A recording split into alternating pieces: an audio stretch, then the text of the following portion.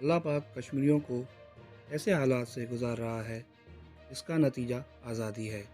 بھارت سمجھ رہا تھا کہ کشمیر کے حوالے سے اس کے اقدام پر پاکستان خاموشی سے بیٹھا رہے گا، کیونکہ ہم امن اور بات چیت کے خواہاں تھے۔